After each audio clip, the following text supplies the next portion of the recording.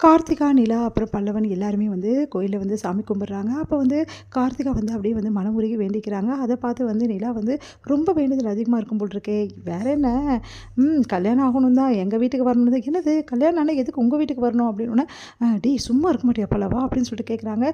உடனே வந்து சரி, சரி விடுங்க, விடுங்க. நம்ம அண்ணி தான். நம்ம அண்ணி தெரிஞ்சுக்கிறதுல என்ன தப்பு இருக்கு? அதெல்லாம் ஒண்ணும் வேணாம். சும்மா இரு அப்படின்னோனே, என்ன விஷயம் பல்லவா? சொல்லு பல்லவா என்கிட்டன்னு. அது அப்படிதான் ஒரு ஒன் சைட் லவ் போயிட்டே இருக்குது. ன்றது 2 சைட் லவ்வா ஆகவே ஆகல. நம்ம என்ன பண்ண முடியும்? அப்படின்னோனே, அப்படியே வந்து சும்மா இருக்கியா பல்லவா? அப்படி சொல்லிட்டு டென்ஷன் ஆகுறாங்க கார்த்திகா. அடுத்து வந்து இங்க பல்லவன் வந்து ரகசியமா சொல்றாரு, அண்ணன் மேல லவ் இருக்கு. அதனால தான் அப்படி ஓ! அப்படியா? நானும் அதான் நெனச்சேன் அப்படின்னு 2 பேரும் என்ன பேசிக்கிறீங்க என்ன பத்தி? அப்படின்னாங்க. உங்கள பத்தி பேசலங்க. இந்த கோயில பத்தி சொல்லிட்டு இருந்தேன். இந்த கோயில் ரொம்ப விசேஷமான கோயில். இந்த கோயில் ரொம்ப நல்லா இருக்குல்ல, ரொம்ப நல்லா இருக்கு அப்படின்னு சொல்லிட்டு பேசிக்கிறாங்க. சரிங்க, உங்க சோழனுக்கு உங்களுக்கும் எப்படி வந்து லவ் ஆச்சு? அத பத்தி நீங்க சொல்றீங்க, சொல்றீங்க சொல்லவே மாட்டேங்கிறீங்களே! இப்போவாவது சொல்லலாம்ல அப்படின்னோனே, அது சூப்பரான ஒரு கதை. அண்ணன் என்கிட்ட எல்லாத்தையும் சொல்லுச்சே அப்படின்னோனே, அண்ணன் சொன்னாரா? என்ன சொன்னாரு? அப்படின்னு கேட்குறாங்க. பல்லவன் பல்லவன் கிட்ட நம்ம நிலா. அப்போ வந்து பல்லவன் வந்து அண்ணனுக்கும் அண்ணிக்கும் லவ் பயங்கரம் ஸ்டார்ட் ஆயிடுச்சு. அண்ணி அண்ணனுக்காக என்ன வேணாலும் பண்ணுவாங்க. அதனால தான் வீட்டை விட்டே வந்தாங்க அப்படின்னு சொல்லிட்டு சொல்லிட்டுருக்காரு. இங்கே வந்து சாமி கும்பிட்டுட்டு பிரகாரத்தை சுற்றி வந்துட்டு என்ன நடக்குது இங்க அப்படின்னோனே, உங்களோட லவ் ஸ்டோரி தான் ஓடிட்டுருக்கு. எங்களோட லவ் ஸ்டோரி ஆமா. பல்லவன் தான் சொல்லிட்டுருக்கான் அப்படின்னோனே, எங்க லவ் ஸ்டோரி என்ன இருக்குது பல்லவன் சொல்கிறதுக்கு? அண்ணி என்ன நீங்க இப்படி சொல்கிறீங்க? நீங்களும் அண்ணனும் அவ்வளோ விரும்பியிருக்கீங்களா? அதனால தானே மேரேஜ் பண்ணியிருக்கீங்க. ஓ! அத தான் சொல்றியா? அப்படின்னு சொல்லிட்டு யோசிக்கிறாங்க.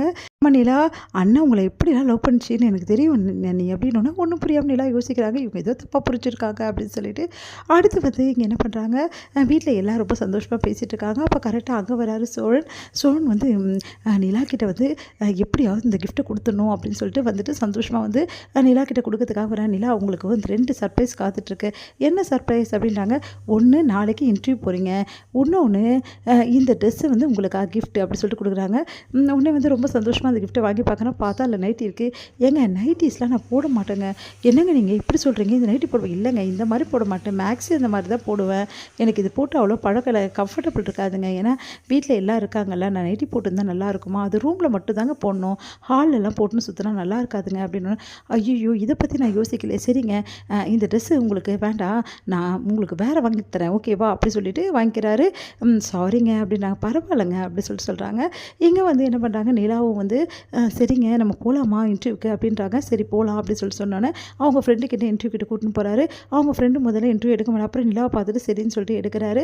அப்போ வந்து உங்க சர்டிஃபிகேட்லாம் கொடுங்க. சர்டிஃபிகேட்லாம் இல்லைங்க அப்படிங்கிறது. சர்டிஃபிகேட்டும் இல்லை என்னடா இது அப்படின்னு சொல்லிட்டு அவங்க ஃப்ரெண்டு அவங்க இது சோழன் கிட்ட பார்த்து கேட்குறாரு. டேய் என்னடா பண்ணுறது அப்படி சொல்லிட்டு அப்படியே பார்க்குறாரு. உடனே சரி ஓகேங்க உங்கள் குவாலிஃபிகேஷன் பற்றி சொல்லுங்கள் அப்படி சொல்லிட்டு எல்லாத்தையும் கேட்டு பரவாயில்லைங்க நல்ல குவாலிஃபிகேஷன் தான் இருக்கீங்க. கோல்டு மெடல்லாம் வாங்கியிருக்கீங்களா பெரிய விஷயங்க. ஆனால் சர்டிஃபிகேட் இல்லாமல் எப்படிங்க பண்ண முடியும்? இல்லைங்க எப்படியாவது வந்து சர்டிஃபிகேட்டோட ஜெராக்ஸ் காப்பி கண்டிப்பாக கிடச்சிடும். கூடிய சீக்கிரம் நாங்கள் கொடுத்துட்றேன் அப்படின்றாங்க. சரிங்க நான் சோழன் கிட்ட சொல்லி அனுப்புகிறேன் அப்படி சொன்னோம். ரொம்ப சந்தோஷமாக கிளம்புறாங்க நிலா. நிலா வந்து ரொம்ப தேங்க்ஸுங்க அப்படி சோழன் கிட்ட சொல்கிறாங்க. பரவாயில்லைங்க இதில் என்ன இருக்குது அப்படின்றாரு. சரிங்க நான் நினச்சி கூட பார்க்கலங்க நீங்கள் வந்து இந்த மாதிரி எனக்கு ஏற்பாடு பண்ணுவீங்கன்னு சொல்லிட்டு. ஆனால் எல்லாருமே சர்டிஃபிகேட் தான் கேட்குறாங்க. முதல்ல சர்டிஃபிகேட் நம்ம ரெடி பண்ணிடுவோம் அப்படின்றோம். ரெடி பண்ணிடலாங்க கொடுத்துடலாம். கண்டிப்பாக இந்த வேலை கிடச்சிடும். நீங்கள் கவலைப்படாதீங்க நான் என் ஃப்ரெண்டு கிட்ட பேசிடுறேன் அப்படி சொல்லிட்டு கூட்டின்னு போகிறாரு. இங்கே வந்து என்ன பண்ணுறாங்க ரொம்ப சந்தோஷமாக நிலா இருக்காங்க.